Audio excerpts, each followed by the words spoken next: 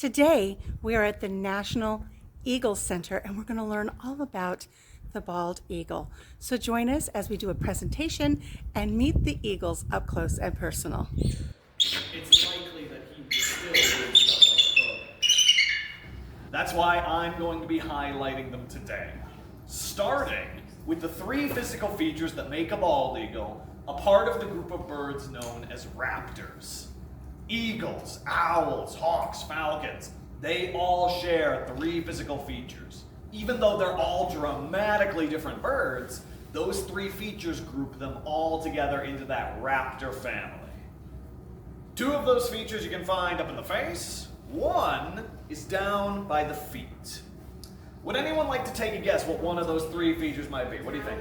Ooh, the talons, and you get the bonus points because you said talons and not claws. It sounds like I'm nitpicking, but there actually is a difference between talons and claws. They do two separate things. Claws are what you would find on animals like cats or bears. They are built for slashing, ripping, tearing.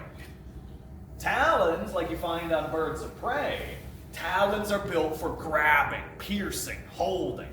Tiny difference, but it matters a lot. Funnily enough, hold up one of your hands and take a look at your fingernails right now. Your fingernails are actually teeny tiny talons. Think about it, their function. Our nails are built for grabbing things, not for shredding things. Which means, next time any of you find folks break a fingernail, you can say you broke a talon instead. It sounds a little bit more impressive, doesn't it? But no matter what any of us decide to call ours, none of you will be beating a bald eagle anytime soon. At least I really hope not, considering their talons average 2 to 3 inches long. They're huge. And this size makes a whole lot of sense when you folks notice. Actually, we have few enough people in here today, I can do one of my favorite activities. Everybody hold out one of your hands like this for me for a minute. Their feet are the same size as our hands. It's nuts, isn't it? This is a high five you don't get to walk away from. This foot is where all the real power is for a bald eagle.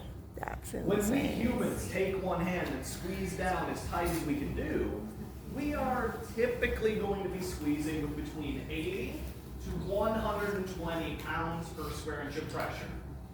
If you go to the gym more often than I do, which sadly does not take much, you probably do better.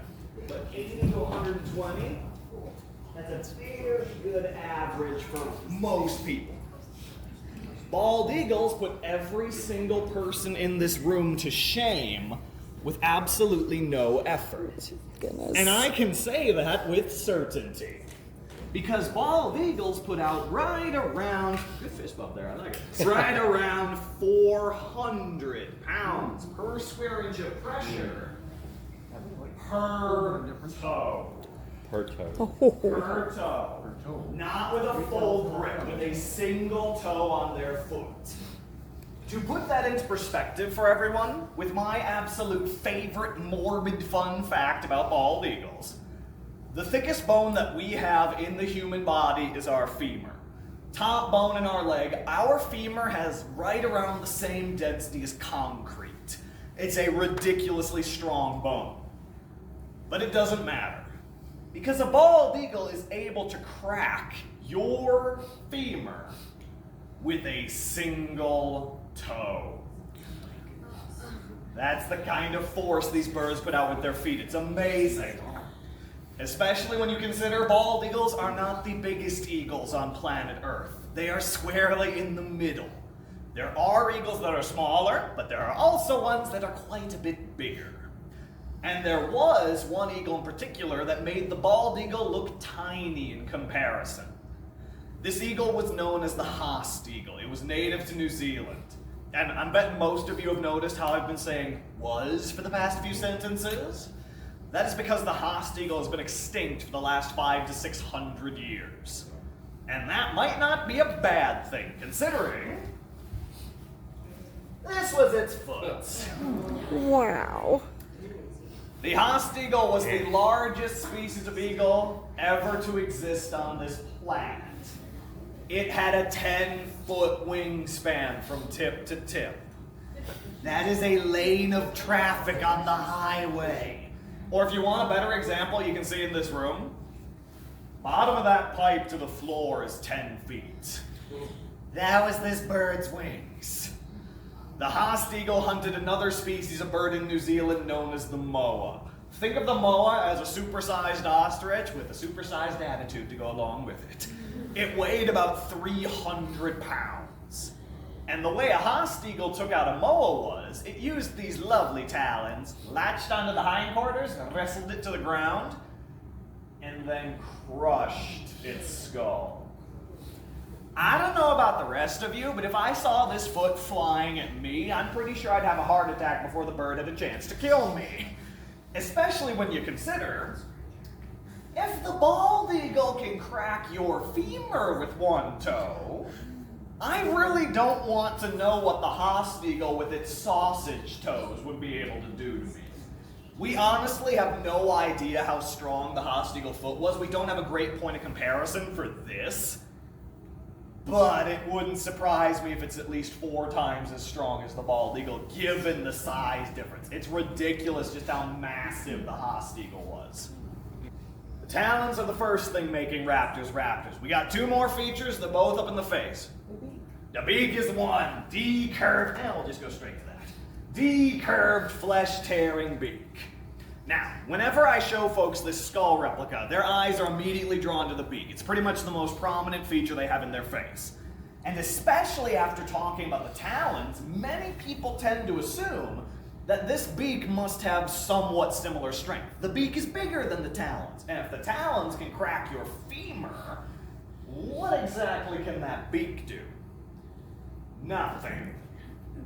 This beak is actually pathetic compared to the talons. And to give you all a better idea as to what I mean by pathetic, if you wouldn't mind humoring me for a second, take one of your hands, left, right, it really doesn't matter. Hold it up, and then squeeze it into a fist as tight as you can comfortably squeeze down. You're all squeezing twice as hard as a bald eagle can bite. When I was talking about the talons, I mentioned how we humans with one hand squeezing down nice and hard can do about 80 to 120 pounds per square inch of pressure. Even if you're doing the low end, 80 pounds per square inch of pressure, you still have a better grip than a bald eagle, because their bite force is only about 40 pounds per square inch of pressure, which for reference is roughly the same as a decently firm handshake. That's about it. So if any of you want to know how hard a bald eagle bites, turn to your neighbor and give him a quick handshake. That is literally it. Admittedly, it is a handshake with a knife tip attached, so please don't be trying that part at home. But it gives everyone an idea just how weak those beaks are. There's not a lot of power there, mainly because there really doesn't need to be. We've already talked a little bit about a bald eagle's favorite food being fish, but more generically, these birds are carnivores. They're meat eaters. No seeds, no nuts, no fruits, no veggies, nothing like that. They're only chowing down on meat. And meat, overall, is soft. You don't need seed-crushing or nut-crushing strength in your jaws when your favorite food is basically mush. That beak just needs to be sharp enough and strong enough to pierce into the meat and hold on. That is all the beak is really doing. You don't need killing power in a beak when the feet are already doing all the work for you. The beak does not come along until the talons have killed their food. We've got beak, we've got talons. We got one final thing making raptors raptors. What do y'all think? Not wings. Very good guess. Eyes. Eyes. Wings are a bird thing in general. For raptors, it is that powerful, powerful, far-seeing eyesight. I will stand firm by the fact that a bald eagle's eyesight is its most iconic feature. Everybody knows those talons are intimidating. The first thing you see when you look at their face is their beak. But nobody ever really knows how strong the talons are or how weak the beak is. But I'd be willing to bet a significant chunk of change that every single person here has heard the saying, eagle-eyed before. Everybody's heard that at one point or another in their lives. Basically means that you have amazing eyesight. The thing is, eagle-eyed for a person and eagle-eyed for an eagle, those are two entirely different things. But before I get too far into that, I need to know. I recognize some of the faces in here, but have all of you folks had the chance to visit the main building of the National Eagle Center so far today?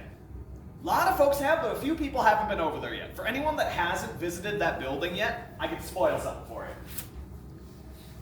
This is the view you can see from the National Eagle Center's second floor observation deck in admittedly warmer times of year. It overlooks, in this case, an unfrozen Mississippi River, and way out in the distance in this photo is my lovely home state, Wisconsin. The land of cheese and not much else. Tell me I'm wrong. But the important part of this picture is that bluff line you're seeing on the Wisconsin side of the river, that bluff is 3 miles away from the National Eagle Center. And if any of you folks had eagle quality eyesight, you'd be able to see a rabbit running on that ridge line from the National Eagle Center. 3 miles away. If it were something the size of a white-tailed deer, you folks would be able to see it running from right around 5 miles out. This right here is the kind of power a bald eagle has in its eyes. That is what it means to be eagle-eyed for an actual eagle. How did they test that? How did they test that? Well, part of the way they tested that is bald eagles in their eyes, they have 5 times the number of rods and cones in their eyes that you and I have. Rods and cones are the light-sensitive cells that let us pretty much experience the world as we do. And that number roughly translates 3-mile vision in comparison to what we have with the number we have. Also, this is a bit more of a roundabout way to do it, but you can train animals to react to different stimuli, and once they don't see that stimuli anymore, they can't see it anymore. So I know of older wackadoodle experiments where a bird was trained to react to when a flag went up. When it stopped reacting, that's the edge of their vision. But the main way that we know now that we can do more complex things biologically speaking on the surgical side to tell what bits are where, the rods and cones are really what let us tell 3 miles that way for something this big, 5 miles that way for something the size of you and me. Very, very good question. And actually, with both of those numbers fresh in everyone's minds, how many of you folks would love it if you could have eagle quality eyesight? Who thinks that'd be a good idea? Who wants eagle eyesight? A couple of you. Most of you are saying no. You saw the trick question for what it was. Because there are issues that come with having eagle quality eyesight. As amazing as it does come with problems. One of the most dramatic is just how big a bald eagle's eyeballs actually are. When I first was showing everybody the skull replica, we were talking about the beak. So that's what everybody's were really focusing on. That's where your eyes went to first. Completely understandable. What I'd like everybody to do now, notice the size of the eye socket in that skull. A bald eagle's eyes are comically huge compared to the rest of their head. Their heads are only about the size of our closed fist, give or take a little bit either direction. But those eyeballs are the same size as yours and mine. Every single person here has right around the same size eyeballs that a bald eagle does. But at this point, I am sure that most of you have noticed the difference in skull size we're working with. Granted, I kind of have a big head, so things are blown even more out of proportion, but you get the idea.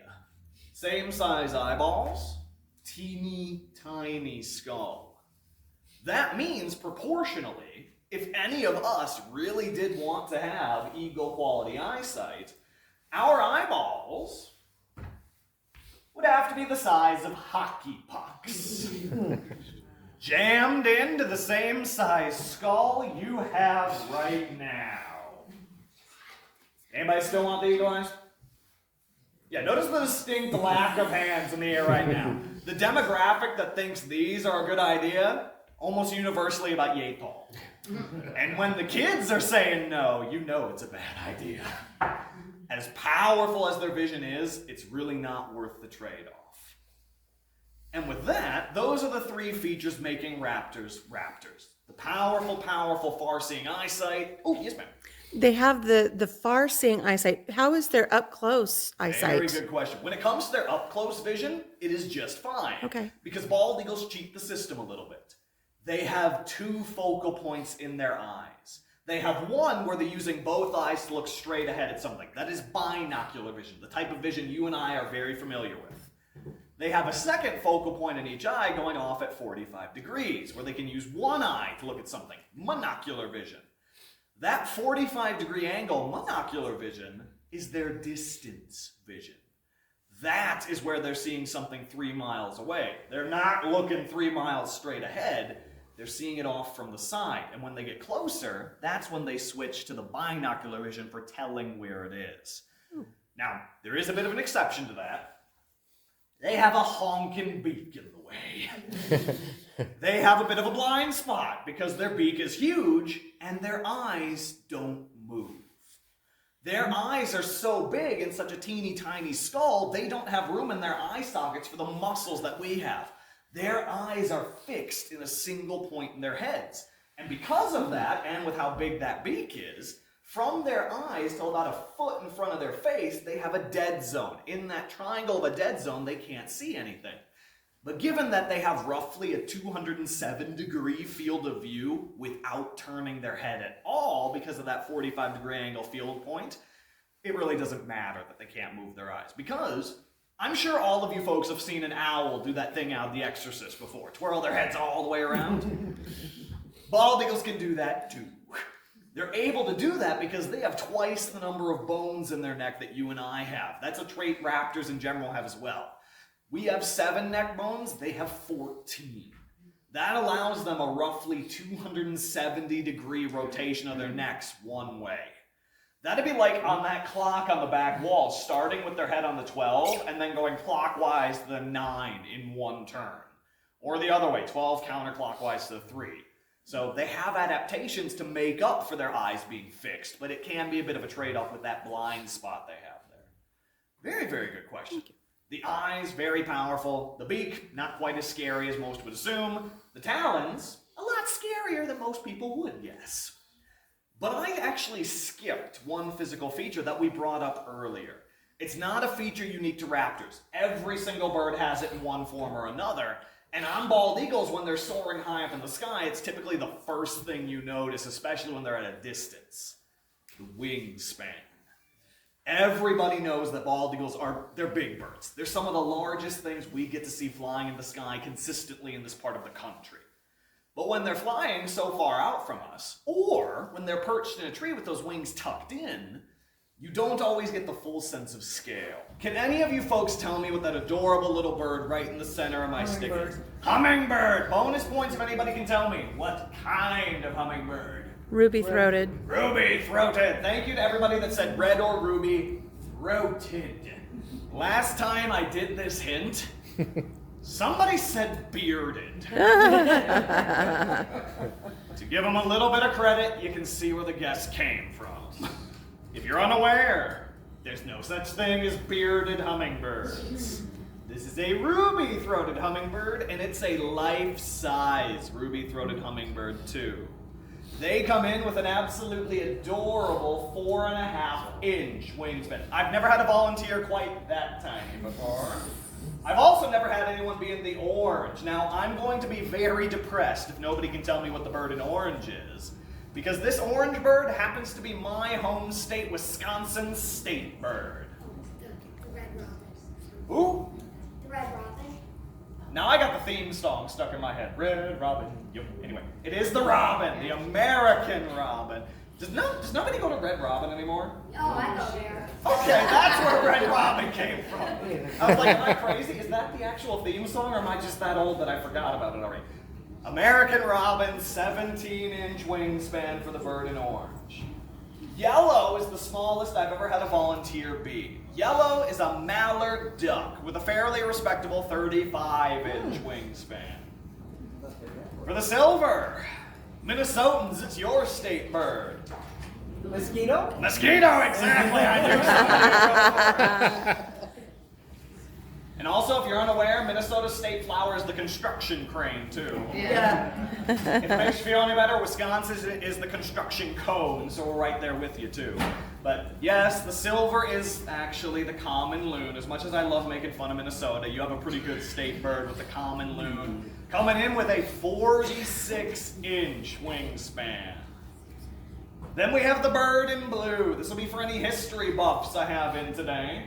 Because the bird in blue is the bird Benjamin Franklin supposedly wanted for our nation's symbol over the bald eagle. Turkey. The turkey! Wild turkey. All you had to hear was Ben Franklin and you knew it was going to be the wild turkey. Benjamin Franklin is quoted to calling bald eagles birds of bad moral character. He also said that turkeys make their living more honestly than bald eagles do. And sadly, both of those statements are true, because bald eagles are very well-known scavengers and thieves. They love stealing food from each other, from other birds, doesn't matter to them. It's a lot easier to steal someone else's hard work than it is for you to work hard to get it yourself. And bald eagles are all about easy food. That's why they love roadkill. Deer, raccoon, skunk, possum, it's all delicious to these birds. I've personally seen bald eagles swallow roadkill squirrels whole. Rocky had been baking on the highway for 2 weeks before the eagle came along. I can guarantee you that was not the creme de la creme of food choices at that point, but to the eagle, chef's kiss. Now, even though Benjamin Franklin wasn't wrong about the bald eagle, I'm still quite glad the turkey didn't win out for our national symbol. Because let's be honest with each other, none of you would be sitting here right now if we were the National Turkey Center. You can't tell me I'm wrong. I wouldn't be here talking to you if this were the Turkey Center. You'd be catching me a quick trip right about now. The turkey does not have anywhere near the same gravitas as the bird in brown. And given the entire topic of today's program, every single one of you better be able to tell me what the brown is. The one with the big claw. The cabin. It is not the Haast eagle. That's 10-foot Pelican. wingspan for them. What was that? Pelican. Pelicans have bigger wings than this even. They can get to be about what? I think 7.5, 8 foot for the pelican. Pelicans are big. My coworker got her head swallowed by one when I worked out in Utah. That's a whole different story though. The brown, despite you cheeky people. What was that? She got her head back though, right? She did get her head back. Okay, apparently I gotta do story time now. I used to work at an aviary out in Utah, and they had a flock of American white pelicans. One of my coworkers that day was feeding the pelicans. She was all of 5 foot nothing, and that is relevant for the story, because the pelicans were also housed with cormorants, and we made sure the cormorants got fed by hand feeding each one so the pelicans didn't just bully the fish out of them. She was bending down to feed the cormorant, and being tiny, her head was like 1.5 feet off the ground because of how short she was. Because she was focusing on the cormorants, she didn't notice the pelican waddling up to her.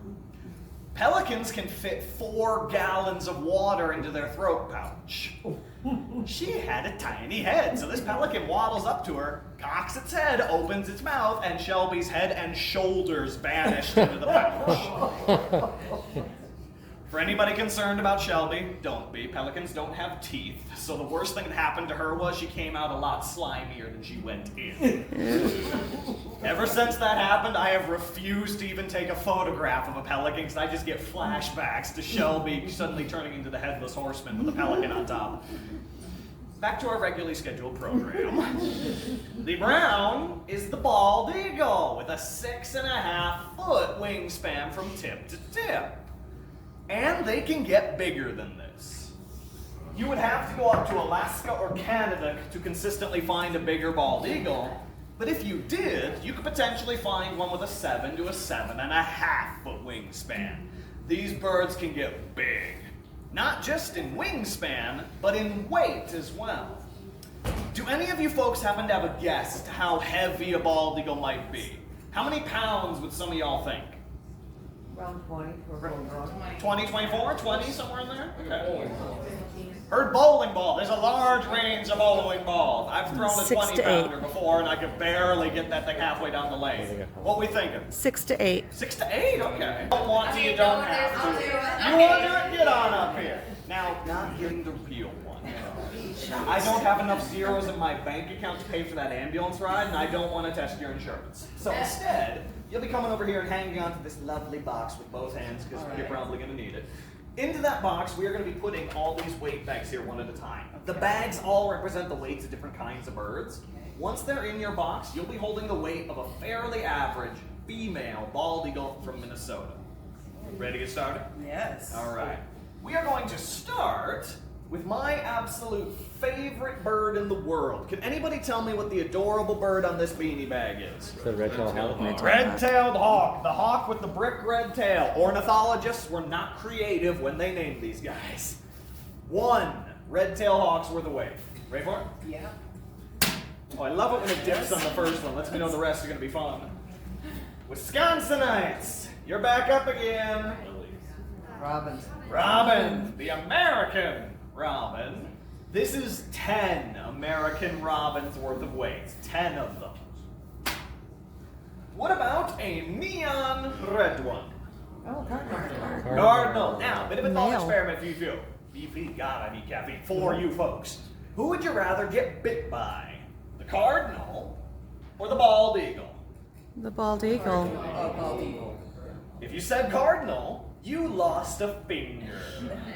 Remember, bald eagles only bite with around 40 pounds per square inch of pressure. Firm handshake worth.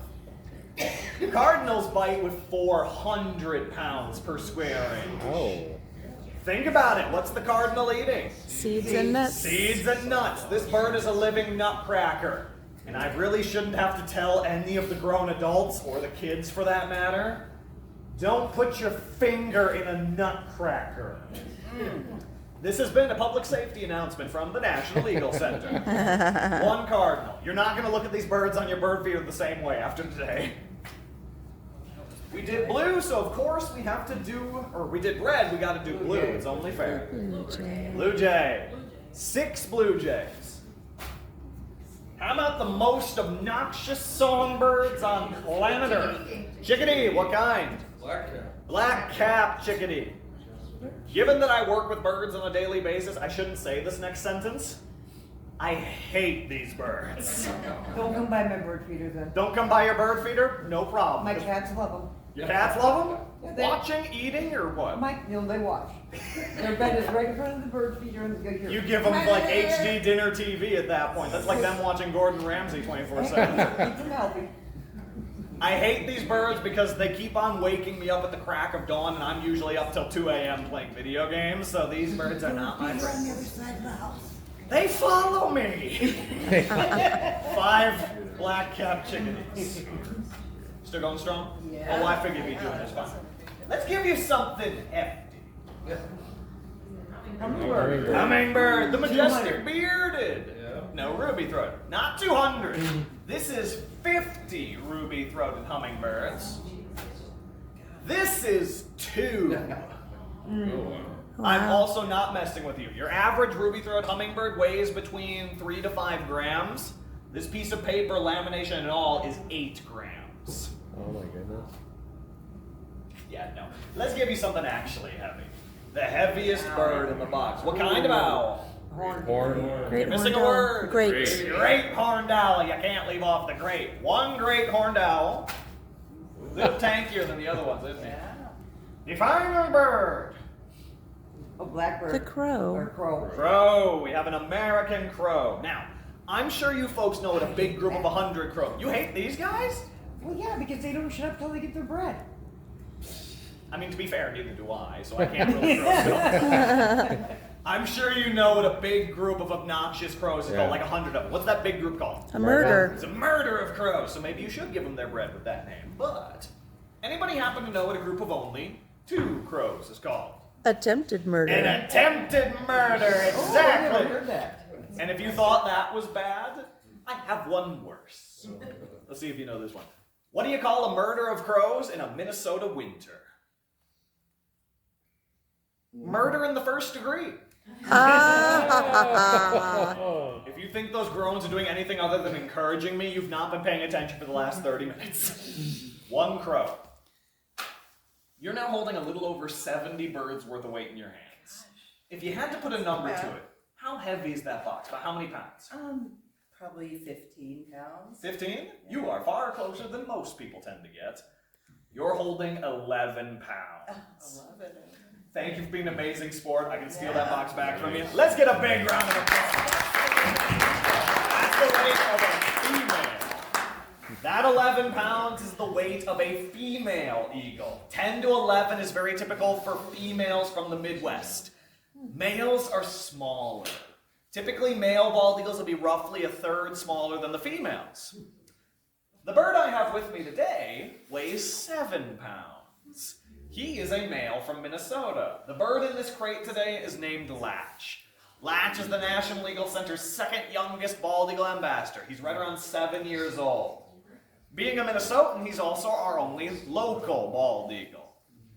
Latsch was found down near Winona, Minnesota, sitting on a sandbar in the Mississippi River, not moving an inch, for 3 days in a row. Several officers from the United States Fish and Wildlife Service went out and rescued Latsch. They brought him up to the University of Minnesota Raptor Center up in the Twin Cities. It was there they discovered that Latsch has a detached retina in his left eye. He's blind in his left eye, and based on the scar tissue there, it was from some kind of impact. Something smacked him in the face. He could have bonked his eye on a stick in the nest, maybe had a bad first flight. Sibling could have pecked him in the face. We've all been there once or twice. Just me? No? Either way. End result's the same. Latsch is blind on that left side, which means he has absolutely no depth perception. He can't tell how far away anything is. When you can't tell where the trees are, you're going to fly into one eventually. You're not able to hunt properly when you can't tell where the food is. Latsch would not be able to keep himself fed or simply healthy out in a wild environment, which is why he's with us at the National Eagle Center today. Also, it doesn't hurt that Latsch is here helping me teach every single guest we get through our doors all about bald eagles. But before we see if Latsch is ready to come out and greet us all, I have to go over a few ground rules. Firstly, all you folks in the front row, you've got the best seats in the house. You get to see everything up close and personal.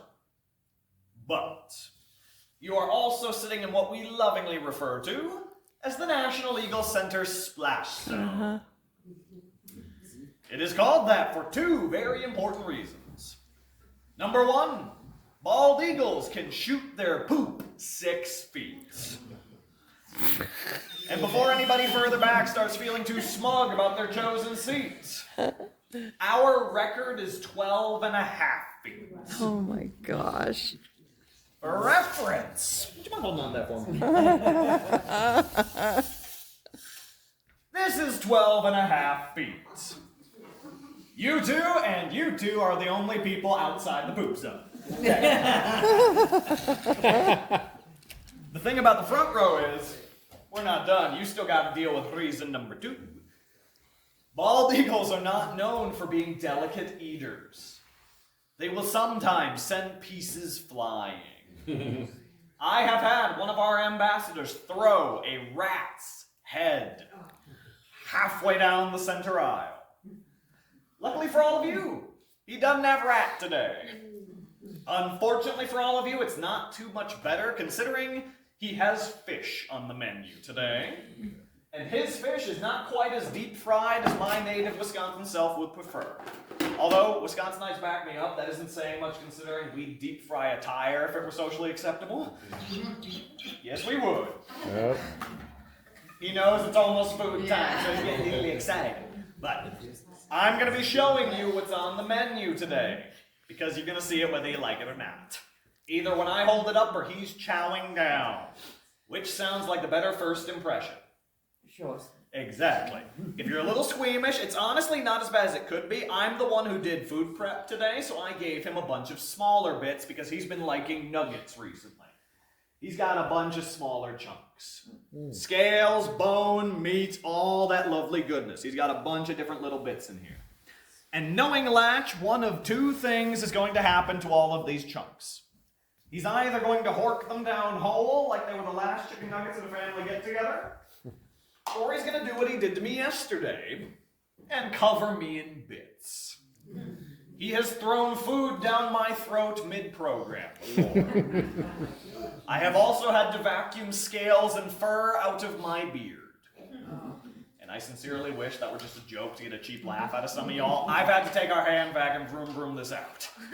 And I cannot guarantee bits may not fly your way. So, if any of you would feel more comfortable retreating backwards to potentially drier seat, you are more than welcome to do so. If you do it now. Because as soon as I turn to see if Latch is ready to come out of his crate, every butt's got to be staying planted on a seat or on a lap somewhere. Latch does not appreciate it when folks suddenly jump up, run around, do the hokey pokey in the back. You laugh. That's happened before. All of that is kind of scary for a bird that doesn't know you, and most importantly, a bird that cannot tell how far away you are. The more comfortable you are, the more comfortable he'll be. The more comfortable he is, the happier everybody is. It's a lovely cycle. There is no shame in going backwards. I have had the entire first and second row vacate that way. So if you want to do it, more power to you. Just know that once he's out of his crate, but stay planted in a seat. Alongside staying seated for keeping Latch comfortable, you folks are welcome to take as many photos as you would like. Cameras, phones, he does not care. So long as your flash is off. Big booms of light for a bird with eyesight as strong as a bald eagle's, that can be very disorienting. If one flash goes off, it's not that big a thing. If all of you have a flash go off at once, you're going to blind me. Let alone the bird that can see Bugs Bunny 3 miles down the highway. So if you do plan on taking any photos, please take the next couple of seconds to double check the flash is off. Latch will greatly appreciate it. And it matters a lot less, but Conor will too, so we both thank you in advance.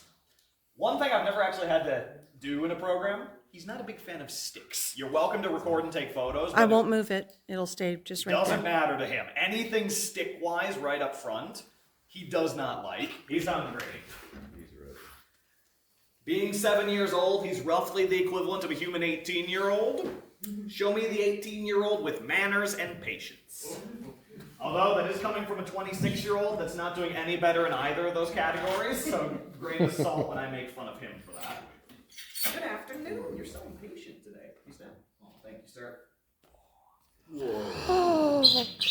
That's the type of reaction I love getting when he comes out of his transport crate. And he's doing a great job of introducing himself. Oh, get your balance, big guy. There you go. It is my absolute pleasure to introduce everyone to Latch, the National Eagle Center's second youngest bald eagle ambassador. Now that Latch is out and about and getting a good look at everyone, are there any questions that I can answer for folks, be it about bald eagles or just things in general? Also, sorry if there ends up being a hand over here. Latch makes a far better door than a window. So if I end up accidentally ignoring any of you, I promise I'm not trying to be rude. He's big and in the way. So if I do end up ignoring one of y'all, just ask your questions straight ahead. Yes, you're big. How come he's got so much reddish brown? Ooh, that's a great question. Why has he got a bunch of reddish brown in his feathers? That's not dirt or gunk or anything like that. That's feather color. Now, bald eagles should have their full white head and tail at about 5 to 6 years old. Latch is 7. He should be white. The thing is, no bald eagle has a perfect white head and tail. There's always going to be individual color characteristics. It's somewhat similar to if you look at me. My beard's got blonde, brown, red. There's some gray I'm not super thrilled by. No one else in my family can even grow facial hair, let alone technicolor facial hair. We'll get you trained soon. It'll get there, I know. I'm not looking forward to it. I mean, better to have it stay than go away, I suppose, but regardless. The weirdo beard is a quirk of being me. Latch is likely to keep this kind of darker feather coloration. I think we got a flash coming from you in the back. I just saw a light. He didn't notice because you're on his blind side, but if he keeps looking, he might. You're fine. He couldn't care because he didn't see. Everyone off to that side. There's no food there, sir. Everyone off to that side doesn't exist right now. You're being very patient today. I appreciate it. That was an inch of spine he just swallowed whole, for the record. Very good question. Do we got any more? How do they hear? How do they hear? They do have ears, just like you and me, but they're holes about an inch and a half behind their eyes.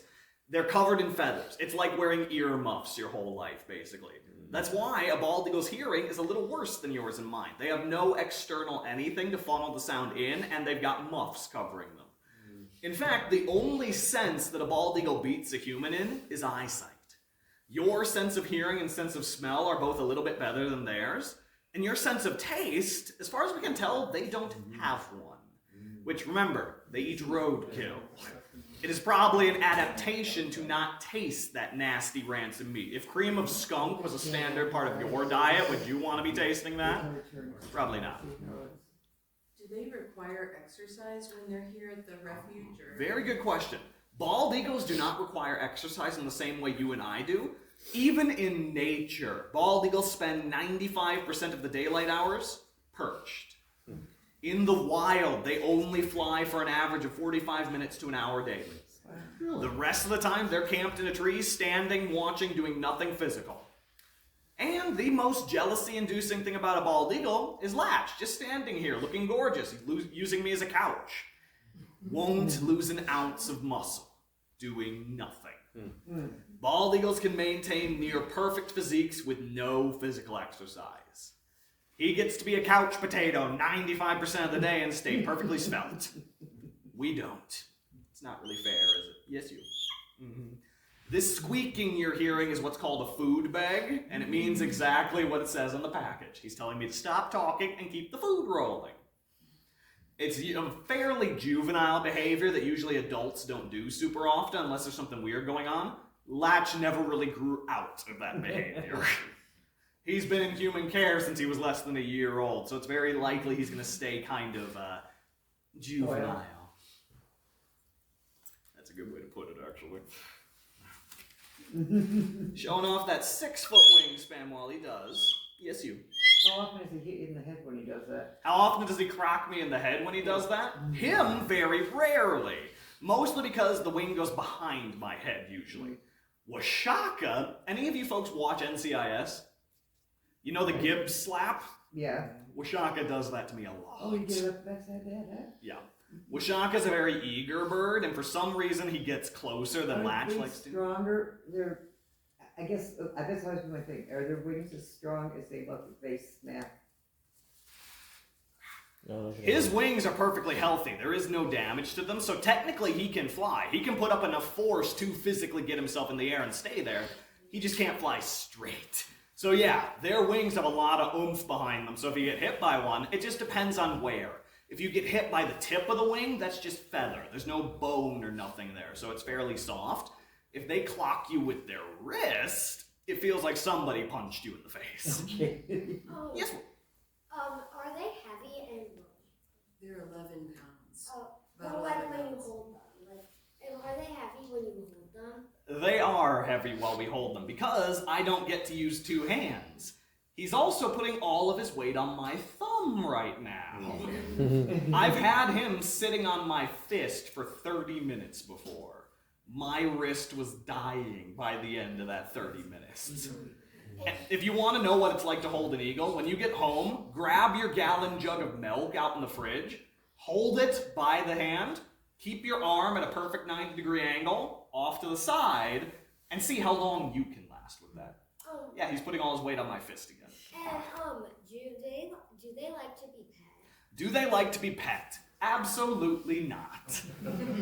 You try and pet an eagle, you are going to lose the hand you tried to pet them with. They don't like another bald eagle touching them, let alone a completely different animal like you or me. Also, even ignoring the fact that they don't like it, the oils on human skin degrade feathers. And we don't want to cause damage to one of their most important physical features. So the only time we do bare hand checks of any kind is when we have to do a medical check. We need to feel what's going on immediately right now. There's really no other option. Otherwise, he doesn't want me to touch him, and as soft as he looks, I don't want to touch him either.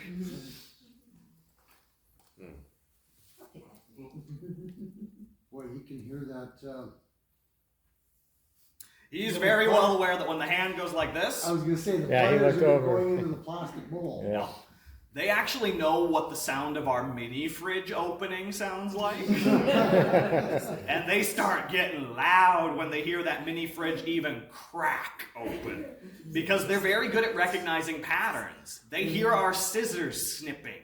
They know we're cutting tidbits.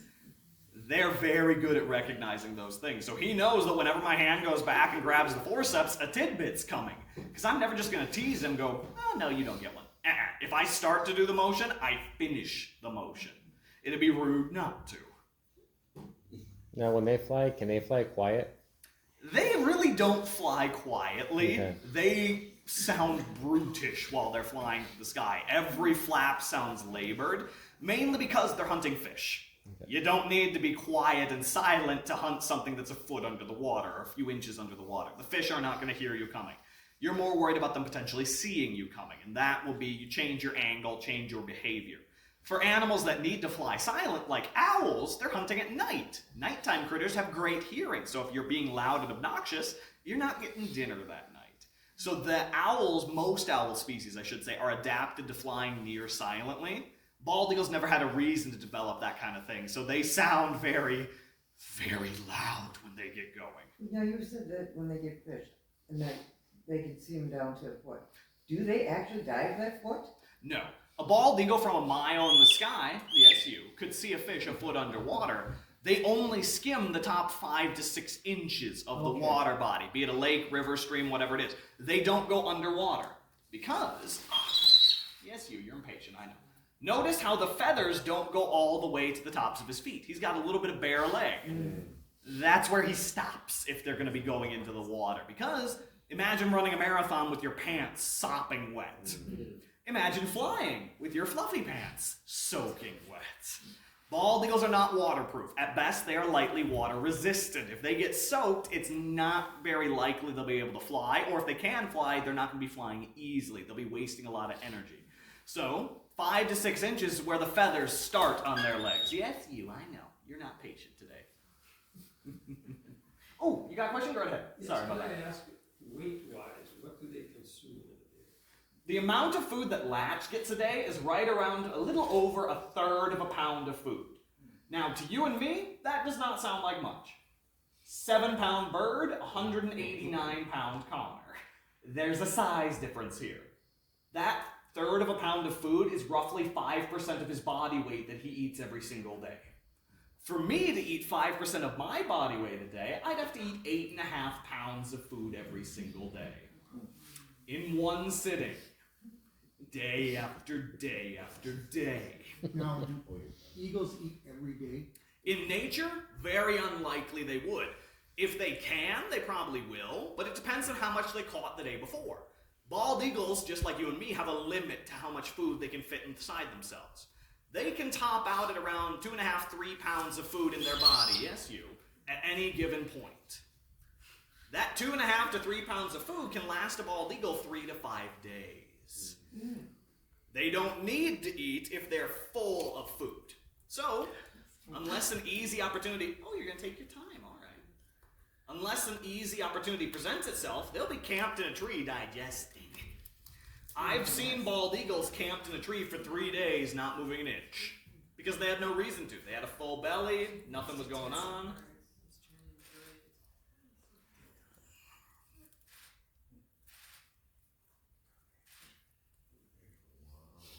Look at that.